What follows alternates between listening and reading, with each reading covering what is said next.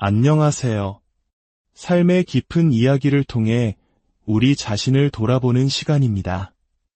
오늘 우리가 함께 나눌 이야기는 가족이라는 이름 아래 무너져 내린 신뢰와 그 폐허 속에서 자신의 삶을 되찾은 한 여성의 용기에 관한 기록입니다. 우리는 누구나 행복한 가정을 꿈꾸며 결혼을 합니다. 하지만 때로는 가장 가까워야 할 가족이 가장 큰 상처를 주기도 하죠. 오늘 사연의 주인공은 남편의 남자다움 하나에 이끌려 결혼했지만 그 남편에게 자신과 아이는 결코 가족이 아니었다는 사실을 뼈저리게 깨닫게 됩니다. 이 이야기가 당신의 마음에 작은 울림을 준다면 조용히 구독과 좋아요를 눌러주세요. 여러분의 관심은 저희가 더 깊이 있는 이야기를 세상에 전할 수 있는 큰 힘이 됩니다. 또한 이 이야기가 어딘가에서 홀로 아파하고 있을 또 다른 누군가에게 작은 위로와 용기가 될 수 있도록 공유를 통해 마음을 나누어 주시길 부탁드립니다. 당신의 작은 움직임이 누군가에게는 새로운 시작을 위한 빛이 될 수 있습니다. 그럼 이제 천안에 사는 한 여성의 목소리에 귀 기울여 보겠습니다. 어렸을 때부터 알고 지냈던 남편이었습니다. 듬직하고 남자다운 모습, 오직 그것 하나에 이끌려 저는 결혼을 결심했습니다. 하지만 동화 같은 기대는 결혼과 동시에 산산조각 났습니다. 남편에게 세상의 여자는 오직 자신의 어머니와 여동생, 즉 자기 가족뿐이었습니다. 물론 주변을 둘러보면 자기 식구만 유난히 챙기는 남편들이 드물지 않다는 것을 압니다. 제 남편도 그저 그런 흔한 남자 중 하나일 거라고 그렇게 별일 아닌 듯 넘기려 애썼습니다. 하지만 서운함은 눈덩이처럼 불어나 마음속에 쌓여갔습니다. 타고난 천성이 저런 사람이니 내가 어찌하겠나 체념하는 나날들이었죠. 문제는 남편이 딱 본인 식구들에게만 잘하는 사람이었다는 겁니다. 그 사실이 저를 참을 수 없이 서럽게 만들었습니다. 아이까지 낳고 한 가정을 이루어 살고 있는데 대체 누가 진짜 가족인지 매일 밤 되묻게 되는 시간이었습니다. 시부모님은 그런 아들이 세상 최고라며 늘 칭찬을 아끼지 않으셨죠. 그 칭찬은 제 가슴에 비수처럼 꽂혔습니다. 어느 날 남편이 말했습니다. 이번 주 엄마 생신인데 같이 내려갈 거지? 오랜만에 사위랑 손녀 온다고 잔뜩 기대하고 계셔. 저번 명절에 뵙고 통 못 찾아뵈었잖아. 거리도 머니 자주 가지도 못하는데 이번 주에 후딱 다녀오자. 아, 이번 주엔 안 되는데. 내가 말 안 했나? 우리 엄마 들기름 짜러 가셔야 해서 내가 방앗간에 모셔다 드리기로 했어. 그거 아가씨나 아주버님이 가셔도 되잖아. 꼭 이번 주에 가야 해. 급한 것도 아니면서. 우리 엄마 생신은 이번 주인데 그럼 나보고 어쩌라는 거야? 형은 눈코 뜰 새 없이 바쁘고 하영이는 집 밖은 모르는 애라 그날도 데이트하러 나갈 게 뻔해. 그건 아니지. 지금부터 말해 놓으면 되잖아. 자기야, 우리 집은 1년에 한 번이나 가? 많아야 2번이잖아. 작년에도 못 챙겨드렸는데 이번엔 꼭 챙겨드리고 싶어서 그래. 우리 엄마 아빠 외동딸 나 하나뿐인데 나라도 잘해드려야지. 너무해. 정말 그때 남편의 입에서 나온 말은 제 모든 기대를 무너뜨렸습니다. 아니, 너는 시집을 왔으면 시댁에 잘할 생각을 해야지. 무슨 너네 엄마 하셔? 참 너도 너다. 어쩜 그리 철이 없어. 서운함을 토로하는 제게 남편은 오히려 큰 소리를 쳤습니다. 그 얘기를 듣고 있자니 기가 막혀 말이 나오지 않았습니다. 남편이 이런 적이 한두 번이 아니었지만 이렇게 항상 본인 식구들만 챙길 때마다 제 존재는 지워지는 것 같았습니다. 그러면서 자신들의 가족에게는 제가 잘하기를 바랐죠. 말해봐야 싸움만 될 것을 알기에 저는 또다시 속으로 꾹꾹 분노를 삼켰습니다. 결국 그날 친정에는 저와 어린 딸아이만 가야 했습니다. 친정 엄마는 바쁜 사위가 못 오는구나. 얼마나 바쁘면 그럴까 하시며 안타까워하셨습니다. 그 마음이 더 속상했습니다. 매번 제게 내가 최고다 라고 말해주는 엄마에게 죄송할 따름이었습니다. 어쩌면 내가 모자라서 우리 엄마가 이런 대우를 받나 싶은 마음에 눈물이 핑 돌았습니다. 이 서방은 바빠서 못 온 게야. 아이고, 밥은 잘 챙겨 먹고 다니는지 모르겠네. 모든 게 밥심인데 내가 집에서 내조 잘해야 한다. 알겠지? 우리 사위 좋아하는 거 잔뜩 해놨는데 이거 다 가져가서 꼭 먹여라. 엄마는 당신 안색이 더 안 좋으면서도 오직 사위 걱정뿐이셨습니다. 한국의 엄마들이란 왜 이렇게 늘 자식과 사위, 시댁 걱정을 먼저 하시는 걸까요? 그 마음이 아파왔습니다. 그때 남편이 엄마 생신 용돈이라며 챙겨준 흰 봉투가 생각났습니다. 그 봉투를 꺼내드리기 전 혹시나 하는 마음에 금액을 확인했습니다. 저는 제 눈을 의심했습니다.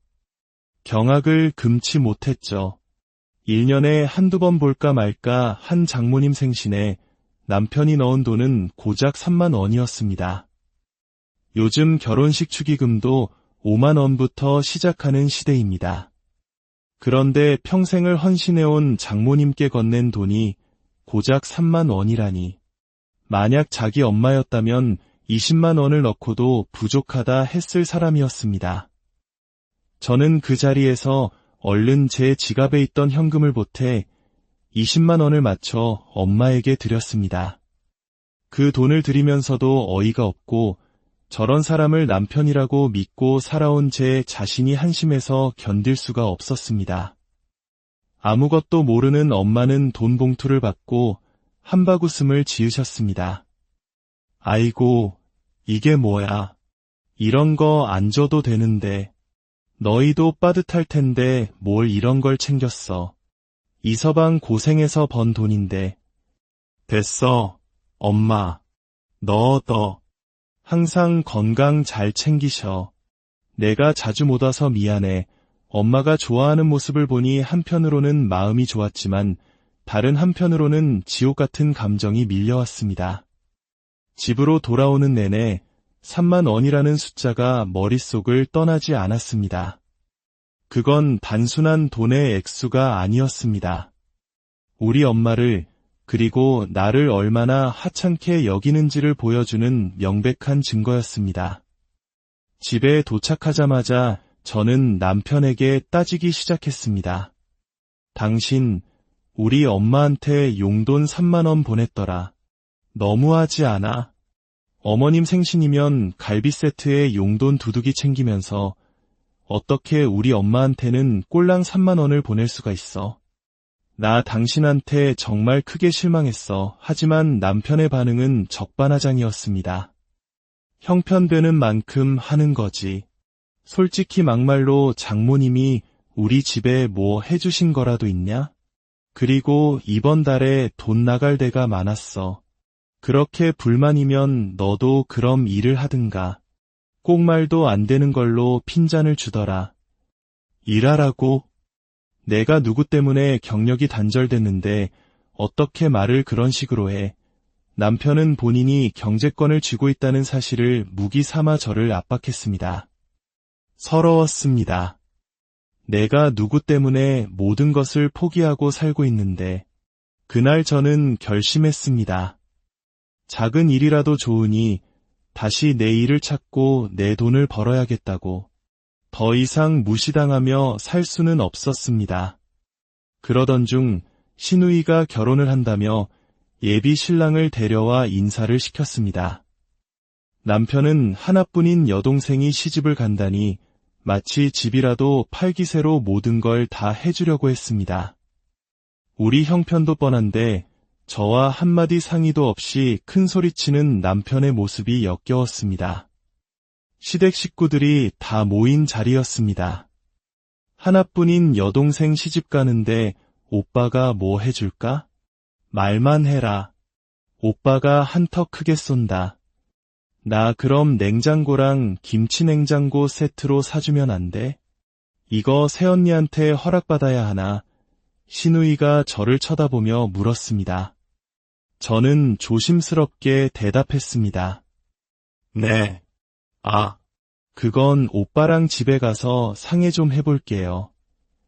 저희도 매달 지출이 정해져 있다 보니까 제 말이 채 끝나기도 전에 남편이 끼어들었습니다.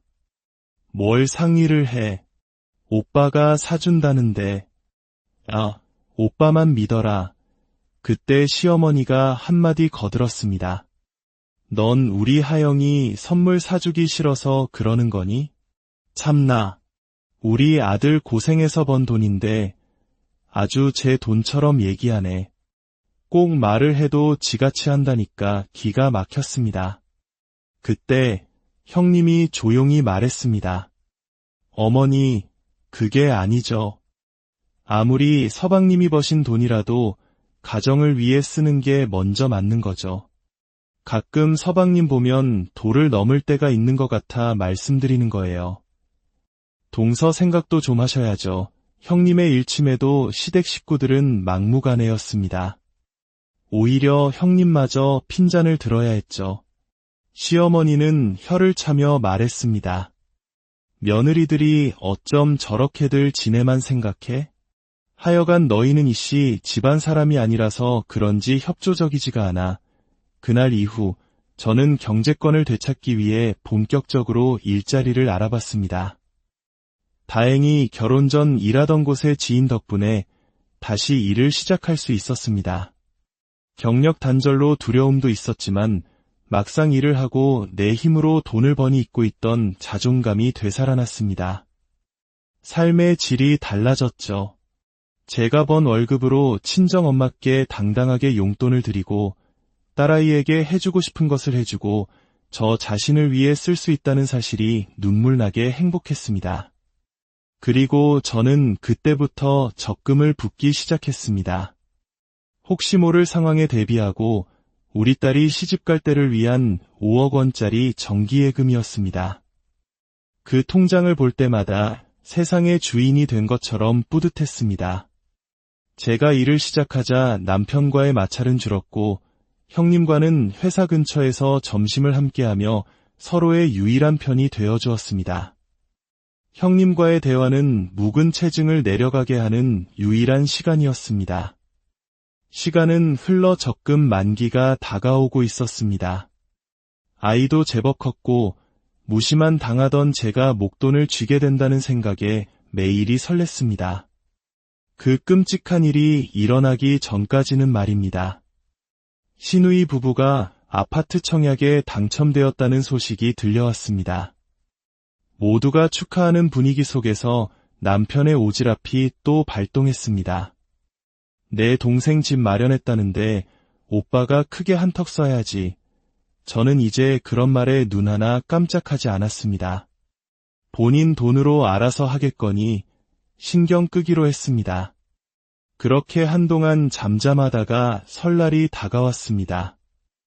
명절을 맞아 시댁에 가서 형님과 함께 음식을 만들고 있을 때였습니다.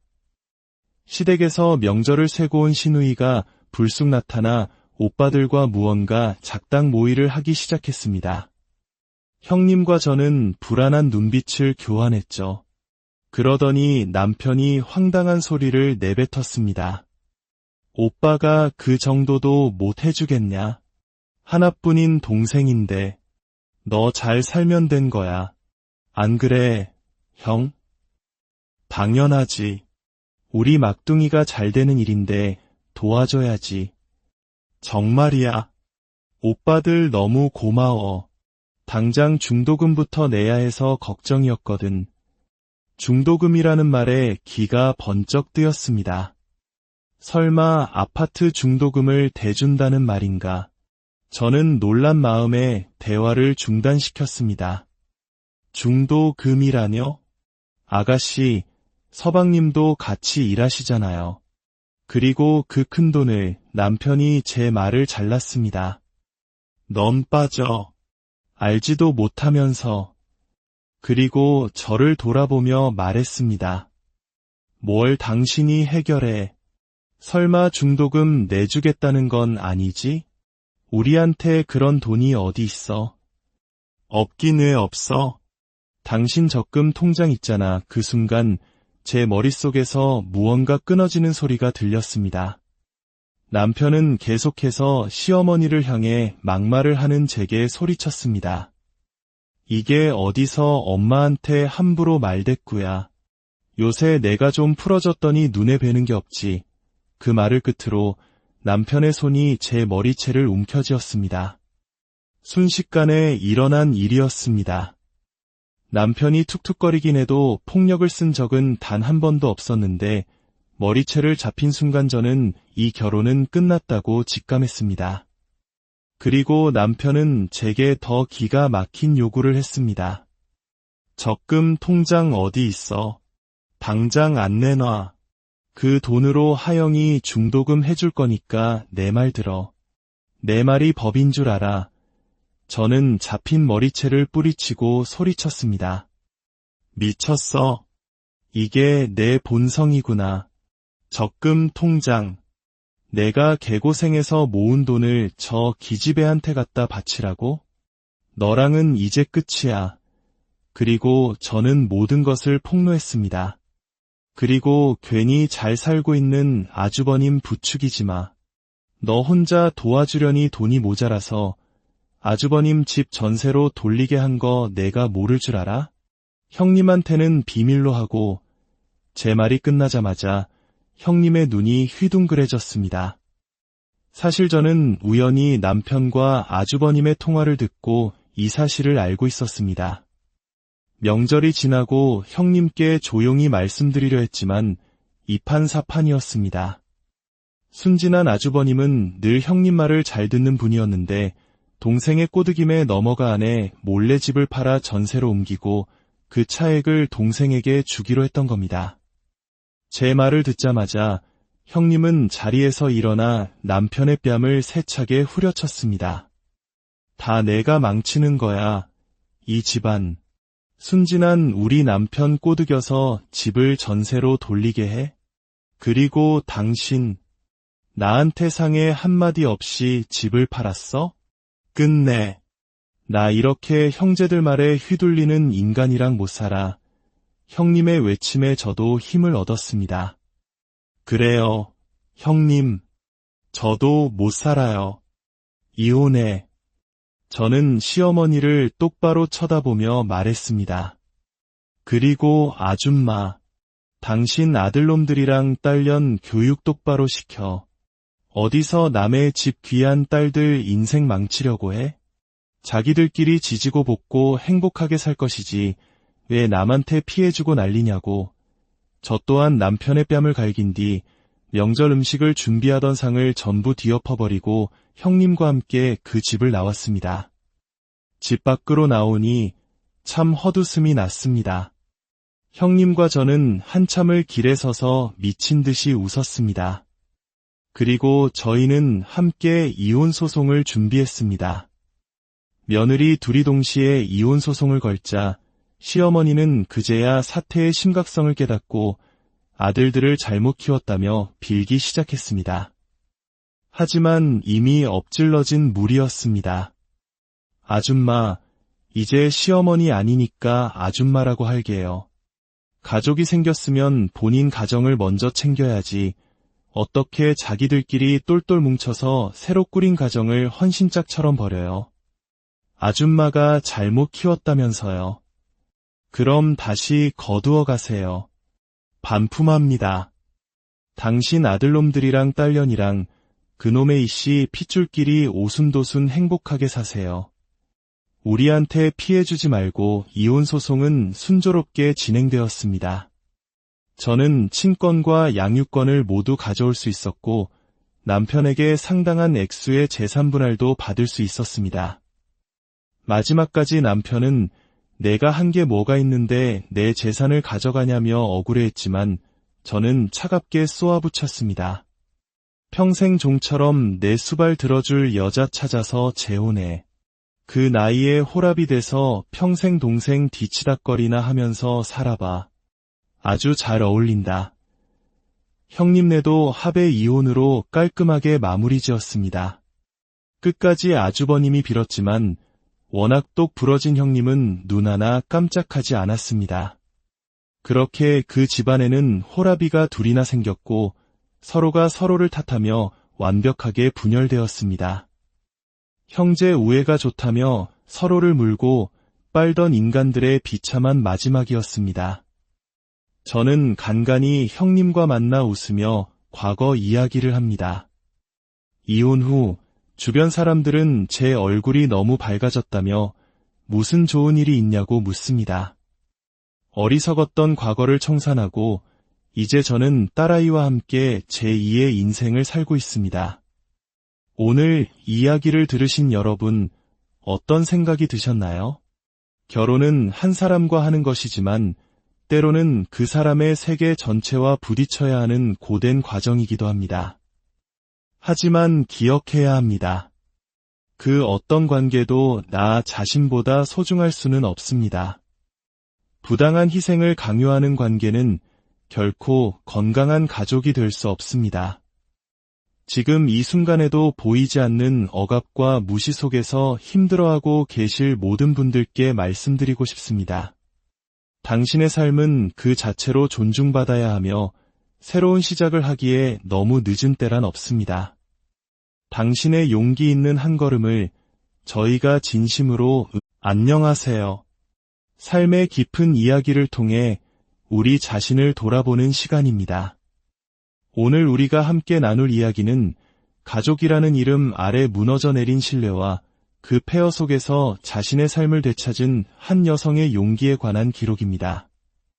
우리는 누구나 행복한 가정을 꿈꾸며 결혼을 합니다.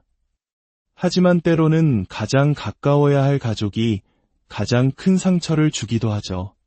오늘 사연의 주인공은 남편의 남자다움 하나에 이끌려 결혼했지만 그 남편에게 자신과 아이는 결코 가족이 아니었다는 사실을 뼈저리게 깨닫게 됩니다.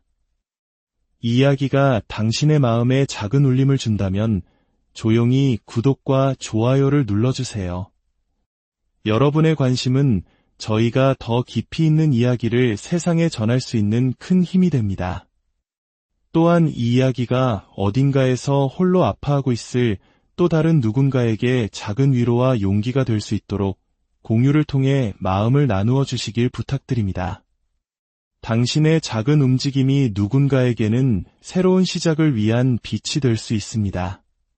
그럼 이제 천안에 사는 한 여성의 목소리에 귀 기울여 보겠습니다. 어렸을 때부터 알고 지냈던 남편이었습니다. 듬직하고 남자다운 모습, 오직 그것 하나에 이끌려 저는 결혼을 결심했습니다. 하지만 동화 같은 기대는 결혼과 동시에 산산조각 났습니다. 남편에게 세상의 여자는 오직 자신의 어머니와 여동생, 즉 자기 가족뿐이었습니다. 물론 주변을 둘러보면 자기 식구만 유난히 챙기는 남편들이 드물지 않다는 것을 압니다. 제 남편도 그저 그런 흔한 남자 중 하나일 거라고 그렇게 별일 아닌 듯 넘기려 애썼습니다. 하지만 서운함은 눈덩이처럼 불어나 마음속에 쌓여갔습니다. 타고난 천성이 저런 사람이니 내가 어찌하겠나 체념하는 나날들이었죠. 문제는 남편이 딱 본인 식구들에게만 잘하는 사람이었다는 겁니다. 그 사실이 저를 참을 수 없이 서럽게 만들었습니다. 아이까지 낳고 한 가정을 이루어 살고 있는데 대체 누가 진짜 가족인지 매일 밤 되묻게 되는 시간이었습니다. 시부모님은 그런 아들이 세상 최고라며 늘 칭찬을 아끼지 않으셨죠. 그 칭찬은 제 가슴에 비수처럼 꽂혔습니다. 어느 날 남편이 말했습니다. 이번 주 엄마 생신인데 같이 내려갈 거지? 오랜만에 사위랑 손녀 온다고 잔뜩 기대하고 계셔. 저번 명절에 뵙고 통 못 찾아뵈었잖아. 거리도 머니 자주 가지도 못하는데 이번 주에 후딱 다녀오자. 아, 이번 주엔 안 되는데. 내가 말 안 했나? 우리 엄마 들기름 짜러 가셔야 해서 내가 방앗간에 모셔다 드리기로 했어. 그거 아가씨나 아주버님이 가셔도 되잖아. 꼭 이번 주에 가야 해. 급한 것도 아니면서. 우리 엄마 생신은 이번 주인데 그럼 나보고 어쩌라는 거야? 형은 눈코 뜰 새 없이 바쁘고 하영이는 집 밖은 모르는 애라 그날도 데이트하러 나갈 게 뻔해. 그건 아니지. 지금부터 말해 놓으면 되잖아. 자기야, 우리 집은 1년에 한 번이나 가? 많아야 2번이잖아. 작년에도 못 챙겨드렸는데 이번엔 꼭 챙겨드리고 싶어서 그래. 우리 엄마 아빠 외동딸 나 하나뿐인데 나라도 잘해드려야지. 너무해. 정말 그때 남편의 입에서 나온 말은 제 모든 기대를 무너뜨렸습니다. 아니, 너는 시집을 왔으면 시댁에 잘할 생각을 해야지. 무슨 너네 엄마 아셔? 참 너도 너다. 어쩜 그리 철이 없어. 서운함을 토로하는 제게 남편은 오히려 큰 소리를 쳤습니다. 그 얘기를 듣고 있자니 기가 막혀 말이 나오지 않았습니다. 남편이 이런 적이 한두 번이 아니었지만 이렇게 항상 본인 식구들만 챙길 때마다 제 존재는 지워지는 것 같았습니다. 그러면서 자신들의 가족에게는 제가 잘하기를 바랐죠. 말해봐야 싸움만 될 것을 알기에 저는 또다시 속으로 꾹꾹 분노를 삼켰습니다. 결국 그날 친정에는 저와 어린 딸아이만 가야 했습니다. 친정 엄마는 바쁜 사위가 못 오는구나. 얼마나 바쁘면 그럴까 하시며 안타까워하셨습니다. 그 마음이 더 속상했습니다. 매번 제게 내가 최고다 라고 말해주는 엄마에게 죄송할 따름이었습니다. 어쩌면 내가 모자라서 우리 엄마가 이런 대우를 받나 싶은 마음에 눈물이 핑 돌았습니다. 이서방은 바빠서 못 온 게야. 아이고, 밥은 잘 챙겨 먹고 다니는지 모르겠네. 모든 게 밥심인데 내가 집에서 내조 잘해야 한다. 알겠지? 우리 사위 좋아하는 거 잔뜩 해놨는데 이거 다 가져가서 꼭 먹여라. 엄마는 당신 안색이 더 안 좋으면서도 오직 사위 걱정뿐이셨습니다. 한국의 엄마들이란 왜 이렇게 늘 자식과 사위, 시댁 걱정을 먼저 하시는 걸까요? 그 마음이 아파왔습니다. 그때 남편이 엄마 생신 용돈이라며 챙겨준 흰 봉투가 생각났습니다. 그 봉투를 꺼내드리기 전 혹시나 하는 마음에 금액을 확인했습니다. 저는 제 눈을 의심했습니다. 경악을 금치 못했죠. 1년에 한두 번 볼까 말까 한 장모님 생신에 남편이 넣은 돈은 고작 3만 원이었습니다. 요즘 결혼식 축의금도 5만 원부터 시작하는 시대입니다. 그런데 평생을 헌신해온 장모님께 건넨 돈이 고작 3만 원이라니. 만약 자기 엄마였다면 20만 원을 넣고도 부족하다 했을 사람이었습니다. 저는 그 자리에서 얼른 제 지갑에 있던 현금을 보태 20만 원을 맞춰 엄마에게 드렸습니다. 그 돈을 드리면서도 어이가 없고 저런 사람을 남편이라고 믿고 살아온 제 자신이 한심해서 견딜 수가 없었습니다. 아무것도 모르는 엄마는 돈 봉투를 받고 한바구음을 지으셨습니다. 아이고, 이게 뭐야. 이런 거 안 줘도 되는데. 너희도 빠듯할 텐데 뭘 이런 걸 챙겼어. 이서방 고생해서 번 돈인데. 됐어, 엄마. 너 항상 건강 잘 챙기셔. 내가 자주 못 와서 미안해. 엄마가 좋아하는 모습을 보니 한편으로는 마음이 좋았지만 다른 한편으로는 지옥 같은 감정이 밀려왔습니다. 집으로 돌아오는 내내 3만 원이라는 숫자가 머릿속을 떠나지 않았습니다. 그건 단순한 돈의 액수가 아니었습니다. 우리 엄마를 그리고 나를 얼마나 하찮게 여기는지를 보여주는 명백한 증거였습니다.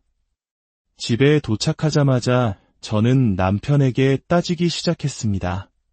당신, 우리 엄마한테 용돈 3만 원 보냈더라. 너무하지 않아? 어머님 생신이면 갈비 세트에 용돈 두둑이 챙기면서 어떻게 우리 엄마한테는 꼴랑 3만 원을 보낼 수가 있어. 나 당신한테 정말 크게 실망했어. 하지만 남편의 반응은 적반하장이었습니다. 형편되는 만큼 하는 거지. 솔직히 막말로 장모님이 우리 집에 뭐 해주신 거라도 있냐? 그리고 이번 달에 돈 나갈 데가 많았어. 그렇게 불만이면 너도 그럼 일을 하든가. 꼭 말도 안 되는 걸로 핀잔을 주더라. 일하라고? 내가 누구 때문에 경력이 단절됐는데 어떻게 말을 그런 식으로 해. 남편은 본인이 경제권을 쥐고 있다는 사실을 무기 삼아 저를 압박했습니다. 서러웠습니다. 내가 누구 때문에 모든 것을 포기하고 살고 있는데 그날 저는 결심했습니다. 작은 일이라도 좋으니 다시 내 일을 찾고 내 돈을 벌어야겠다고. 더 이상 무시당하며 살 수는 없었습니다. 그러던 중 시누이가 결혼을 한다며 예비 신랑을 데려와 인사를 시켰습니다. 남편은 하나뿐인 여동생이 시집을 간다니 마치 집이라도 팔기세로 모든 걸 다 해주려고 했습니다. 우리 형편도 뻔한데 저와 한마디 상의도 없이 큰 소리치는 남편의 모습이 역겨웠습니다.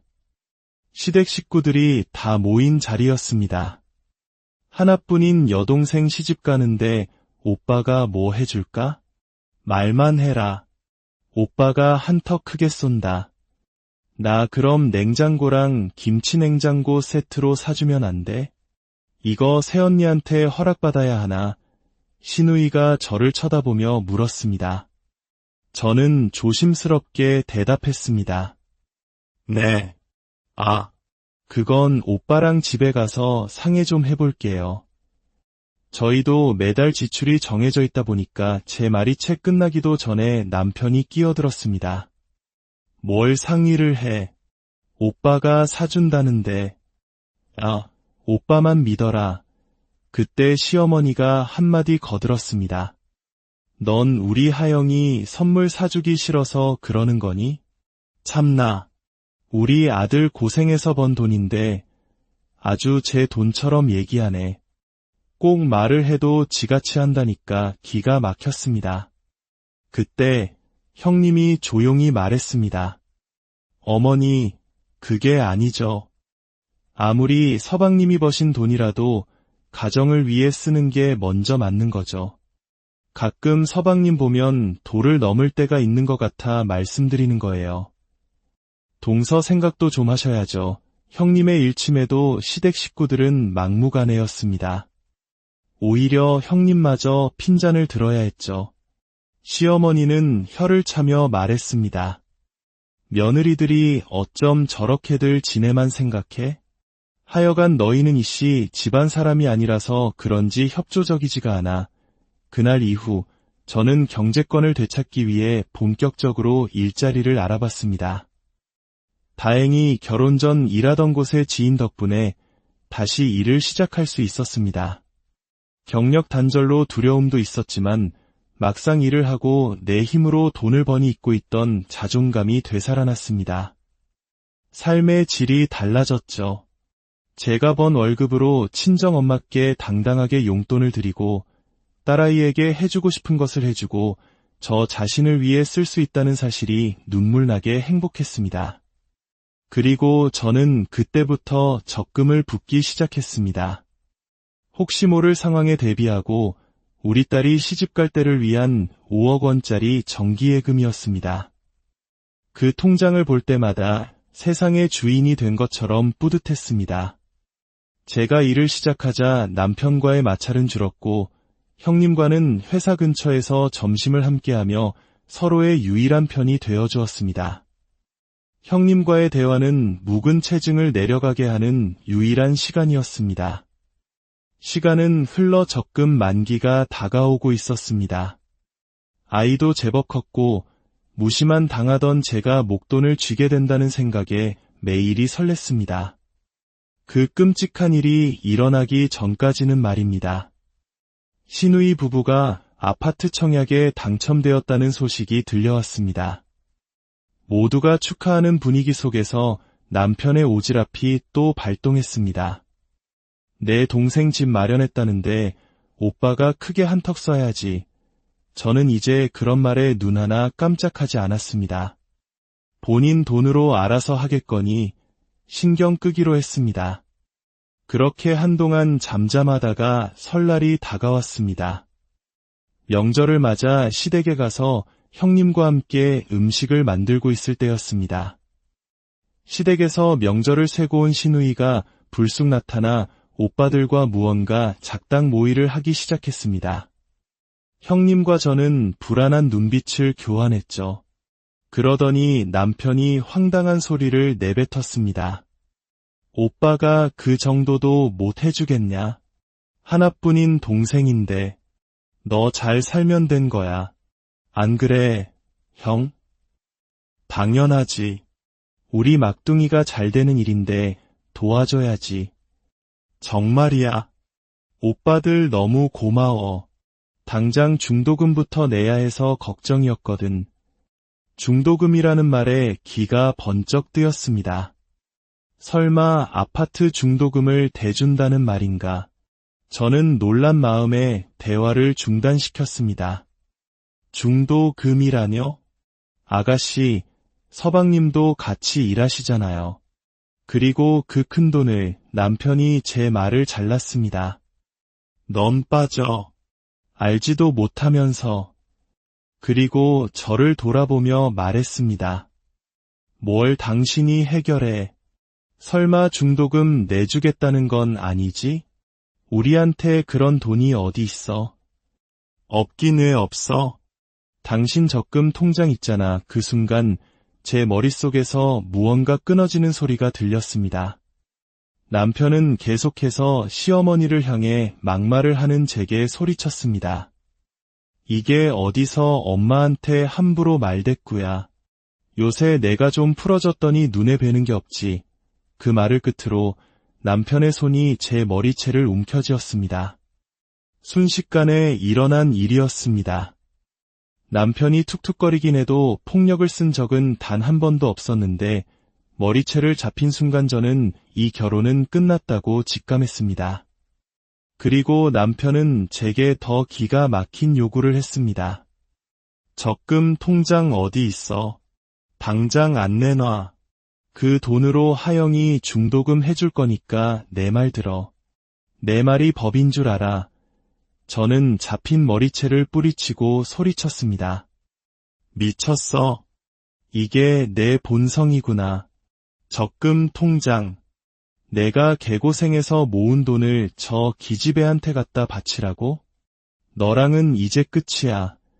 그리고 저는 모든 것을 폭로했습니다. 그리고 괜히 잘 살고 있는 아주버님 부추기지 마. 너 혼자 도와주려니 돈이 모자라서 아주버님 집 전세로 돌리게 한 거 내가 모를 줄 알아? 형님한테는 비밀로 하고. 제 말이 끝나자마자 형님의 눈이 휘둥그레졌습니다. 사실 저는 우연히 남편과 아주버님의 통화를 듣고 이 사실을 알고 있었습니다. 명절이 지나고 형님께 조용히 말씀드리려 했지만 이판사판이었습니다. 순진한 아주버님은 늘 형님 말을 잘 듣는 분이었는데 동생의 꼬드김에 넘어가 안에 몰래 집을 팔아 전세로 옮기고 그 차액을 동생에게 주기로 했던 겁니다. 제 말을 듣자마자 형님은 자리에서 일어나 남편의 뺨을 세차게 후려쳤습니다. 다 내가 망치는 거야. 이 집안. 순진한 우리 남편 꼬드겨서 집을 전세로 돌리게 해? 그리고 당신, 나한테 상해 한마디 없이 집을 팔았어? 끝내. 나 이렇게 형제들 말에 휘둘리는 인간이랑 못 살아. 형님의 외침에 저도 힘을 얻었습니다. 그래요, 형님. 저도 못 살아요. 이혼해. 저는 시어머니를 똑바로 쳐다보며 말했습니다. 그리고 아줌마, 당신 아들놈들이랑 딸년 교육 똑바로 시켜. 어디서 남의 집 귀한 딸들 인생 망치려고 해? 자기들끼리 지지고 볶고 행복하게 살 것이지 왜 남한테 피해주고 난리냐고. 저 또한 남편의 뺨을 갈긴 뒤 명절 음식을 준비하던 상을 전부 뒤엎어버리고 형님과 함께 그 집을 나왔습니다. 집 밖으로 나오니 참 헛웃음이 났습니다. 형님과 저는 한참을 길에 서서 미친 듯이 웃었습니다. 그리고 저희는 함께 이혼 소송을 준비했습니다. 며느리 둘이 동시에 이혼 소송을 걸자 시어머니는 그제야 사태의 심각성을 깨닫고 아들들을 잘못 키웠다며 빌기 시작했습니다. 하지만 이미 엎질러진 물이었습니다. 아줌마, 이제 시어머니 아니니까 아줌마라고 할게요. 가족이 생겼으면 본인 가정을 먼저 챙겨야지. 어떻게 자기들끼리 똘똘 뭉쳐서 새로 꾸린 가정을 헌신짝처럼 버려요. 아줌마가 잘못 키웠다면서요. 그럼 다시 거두어 가세요.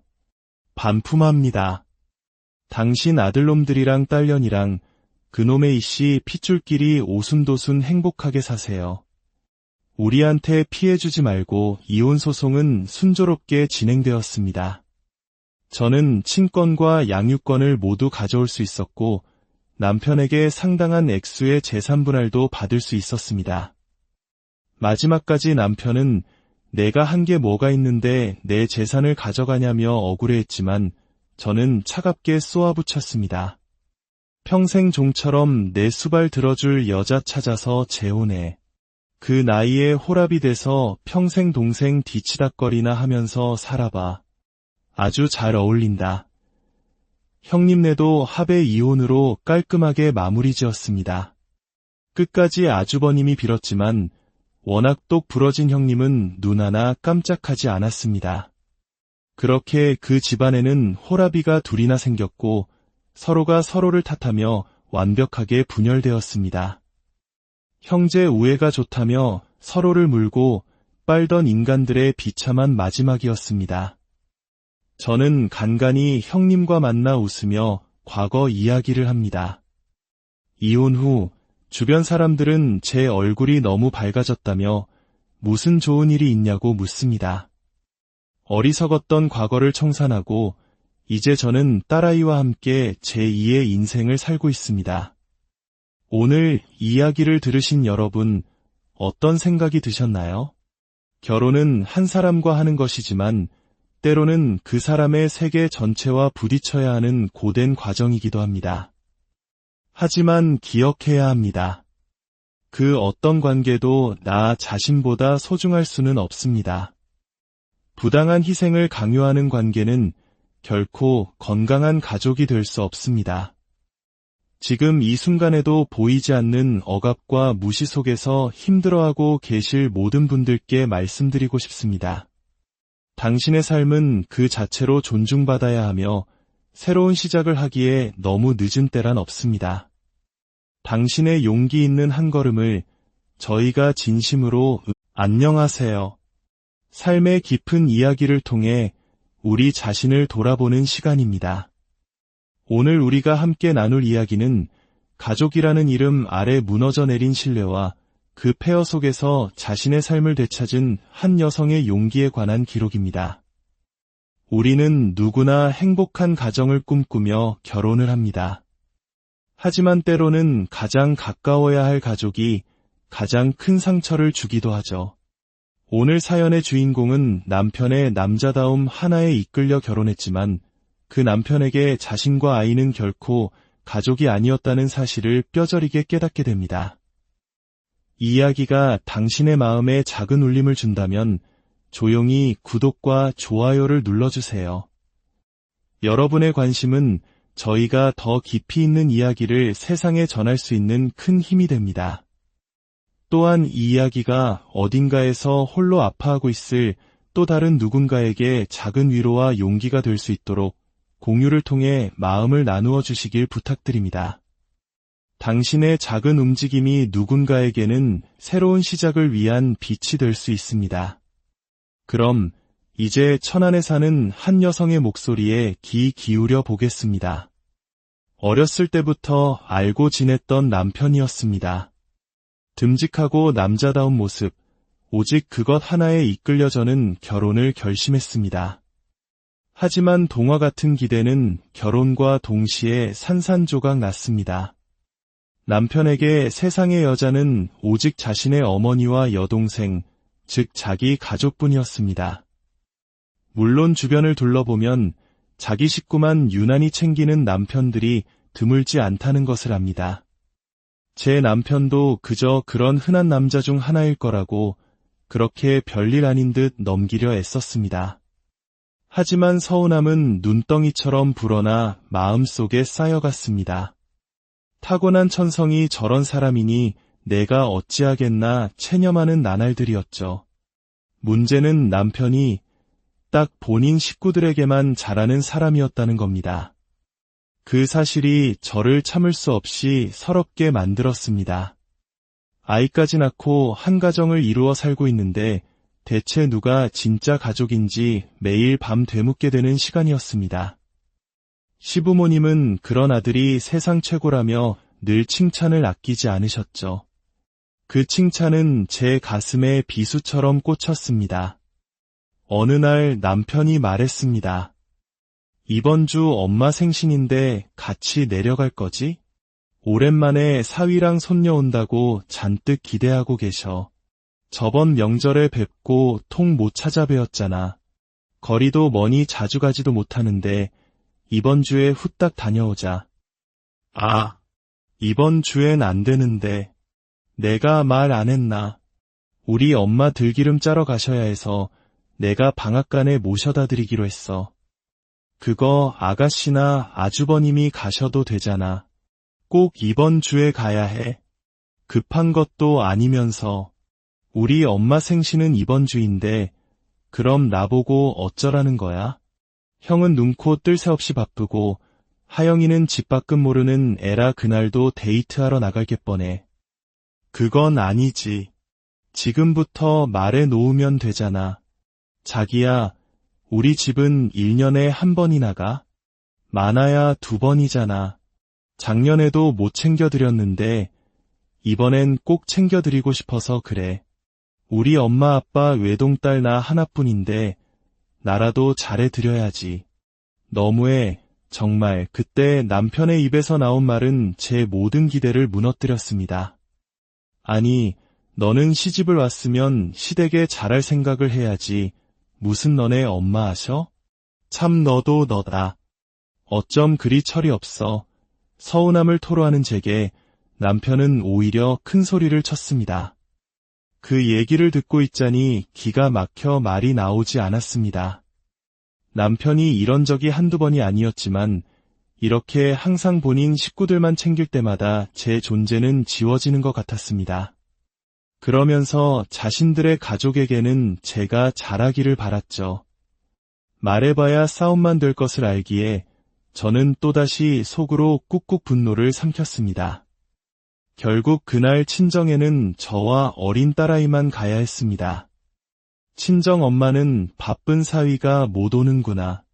얼마나 바쁘면 그럴까 하시며 안타까워하셨습니다. 그 마음이 더 속상했습니다. 매번 제게 내가 최고다 라고 말해주는 엄마에게 죄송할 따름이었습니다. 어쩌면 내가 모자라서 우리 엄마가 이런 대우를 받나 싶은 마음에 눈물이 핑 돌았습니다. 이서방은 바빠서 못 온 게야. 아이고, 밥은 잘 챙겨 먹고 다니는지 모르겠네. 모든 게 밥심인데 내가 집에서 내조 잘해야 한다. 알겠지? 우리 사위 좋아하는 거 잔뜩 해놨는데 이거 다 가져가서 꼭 먹여라. 엄마는 당신 안색이 더 안 좋으면서도 오직 사위 걱정뿐이셨습니다. 한국의 엄마들이란 왜 이렇게 늘 자식과 사위, 시댁 걱정을 먼저 하시는 걸까요? 그 마음이 아파왔습니다. 그때 남편이 엄마 생신 용돈이라며 챙겨준 흰 봉투가 생각났습니다. 그 봉투를 꺼내드리기 전 혹시나 하는 마음에 금액을 확인했습니다. 저는 제 눈을 의심했습니다. 경악을 금치 못했죠. 1년에 한두 번 볼까 말까 한 장모님 생신에 남편이 넣은 돈은 고작 3만 원이었습니다. 요즘 결혼식 축의금도 5만 원부터 시작하는 시대입니다. 그런데 평생을 헌신해온 장모님께 건넨 돈이 고작 3만 원이라니. 만약 자기 엄마였다면 20만 원을 넣고도 부족하다 했을 사람이었습니다. 저는 그 자리에서 얼른 제 지갑에 있던 현금을 보태 20만 원을 맞춰 엄마에게 드렸습니다. 그 돈을 드리면서도 어이가 없고 저런 사람을 남편이라고 믿고 살아온 제 자신이 한심해서 견딜 수가 없었습니다. 아무것도 모르는 엄마는 돈 봉투를 받고 한바구음을 지으셨습니다. 아이고, 이게 뭐야. 이런 거 안 줘도 되는데. 너희도 빠듯할 텐데 뭘 이런 걸 챙겼어. 이 서방 고생해서 번 돈인데. 됐어, 엄마. 너 항상 건강 잘 챙기셔. 내가 자주 못 와서 미안해. 엄마가 좋아하는 모습을 보니 한편으로는 마음이 좋았지만 다른 한편으로는 지옥 같은 감정이 밀려왔습니다. 집으로 돌아오는 내내 3만 원이라는 숫자가 머릿속을 떠나지 않았습니다. 그건 단순한 돈의 액수가 아니었습니다. 우리 엄마를 그리고 나를 얼마나 하찮게 여기는지를 보여주는 명백한 증거였습니다. 집에 도착하자마자 저는 남편에게 따지기 시작했습니다. 당신, 우리 엄마한테 용돈 3만 원 보냈더라. 너무하지 않아? 어머님 생신이면 갈비 세트에 용돈 두둑이 챙기면서 어떻게 우리 엄마한테는 꼴랑 3만 원을 보낼 수가 있어? 나 당신한테 정말 크게 실망했어. 하지만 남편의 반응은 적반하장이었습니다. 형편되는 만큼 하는 거지. 솔직히 막말로 장모님이 우리 집에 뭐 해주신 거라도 있냐? 그리고 이번 달에 돈 나갈 데가 많았어. 그렇게 불만이면 너도 그럼 일을 하든가. 꼭 말도 안 되는 걸로 핀잔을 주더라. 일하라고? 내가 누구 때문에 경력이 단절됐는데 어떻게 말을 그런 식으로 해. 남편은 본인이 경제권을 쥐고 있다는 사실을 무기 삼아 저를 압박했습니다. 서러웠습니다. 내가 누구 때문에 모든 것을 포기하고 살고 있는데 그날 저는 결심했습니다. 작은 일이라도 좋으니 다시 내 일을 찾고 내 돈을 벌어야겠다고. 더 이상 무시당하며 살 수는 없었습니다. 그러던 중 시누이가 결혼을 한다며 예비 신랑을 데려와 인사를 시켰습니다. 남편은 하나뿐인 여동생이 시집을 간다니 마치 집이라도 팔기세로 모든 걸 다 해주려고 했습니다. 우리 형편도 뻔한데 저와 한마디 상의도 없이 큰 소리치는 남편의 모습이 역겨웠습니다. 시댁 식구들이 다 모인 자리였습니다. 하나뿐인 여동생 시집 가는데 오빠가 뭐 해줄까? 말만 해라. 오빠가 한턱 크게 쏜다. 나 그럼 냉장고랑 김치냉장고 세트로 사주면 안 돼? 이거 새언니한테 허락받아야 하나? 시누이가 저를 쳐다보며 물었습니다. 저는 조심스럽게 대답했습니다. 네. 그건 오빠랑 집에 가서 상의 좀 해볼게요. 저희도 매달 지출이 정해져 있다 보니까 제 말이 채 끝나기도 전에 남편이 끼어들었습니다. 뭘 상의를 해. 오빠가 사준다는데. 오빠만 믿어라. 그때 시어머니가 한마디 거들었습니다. 넌 우리 하영이 선물 사주기 싫어서 그러는 거니? 참나. 우리 아들 고생해서 번 돈인데 아주 제 돈처럼 얘기하네. 꼭 말을 해도 지같이 한다니까 기가 막혔습니다. 그때 형님이 조용히 말했습니다.